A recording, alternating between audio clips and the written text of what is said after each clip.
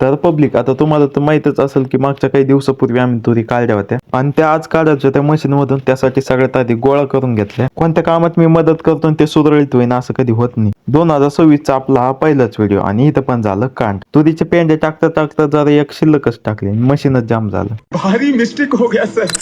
तर नमस्कार पब्लिक, मी पवन, स्वागत आहे तुमचं आपल्या नवीन एका मिनी व्लॉग मध्ये. तर सकाळी सकाळी सगळा पसार घेऊन आपण आलो डायरेक्ट शेतात, कारण आज करायचं होतं तुरीचं खळं आणि त्याच्यासाठी सगळ्यात आधी तपडे आचरून घेतले. लगेच परत तुरीचे पेंड्या गोळा करायला सुरुवात केली. तब्बल 1-1.5 तास मेहनत करून बऱ्याचशा तुरी गोळा करून घेतल्या. आता ह्यो अवतार पाहून तुम्ही म्हणा का पाहुणे पार्स आहे भाई, सकाळी चांगलं करून आलोय, ह्यो अवतार इथं झालाय असा. सगळ्या तुरी गोळा करून झाले, राहिलं होतं एवढं एकटा. या बांधलेल्या नव्हत्या म्हणून याच्यावर निर्णय झाला की मशीन आल्यावर डायरेक्ट न्यायची. सगळ्या तुरी गोळा केलते आणि अजून काय मशीन आलं नव्हतं, म्हणून म्हणलं चला राजमाच्या शेताकडे चक्कर मारून येऊया. औषध मारल्यानंतर बघा गवताची काडी नाही राहिली. राजमा खतरनाक दिसतोय. राजम्यावाल्या शेतातून अजून थोडस खाली आलो, नानाच्या त्यांच्या कांद्याच्या शेतात. या पा कांदे कसले खतरनाक उगतायत. कांदे आणि राजमा दाखायचं कारण आहे की मी आलतो खालच्या वावरात डायरेक्ट ऊस घ्यायला, आणि ऊस घ्यायला हे दोन्ही वावर ओलांडून जावं लागतं. आता भूक पण लागली होती, ट्रॅक्टर कवा याचा भरोसा नव्हता, त्याच्यामुळे ऊस न्यायला आलो. म्हणलं तर ऊसच खाऊन घ्यावा. इकडून ऊस घेऊन येऊस ट्रॅक्टरवाल्या भाऊनी एंट्री मारली. इथं आल्या आल्या भाऊनी पॉइंटवर मशीन लावलं आणि लगेच चालू पण केलं. इथं आपल्याला काम होतं तुरीच्या पेंड्या रानातून गोळा करायच्या आणि मशीन पैसे आणायचे. आता मी संगच 2 पेंड्या आणल्या, तेवढ्या टाकून दिल्या. मग काय जेवायचं ते होणारच होतं. झाली मशीन जाम.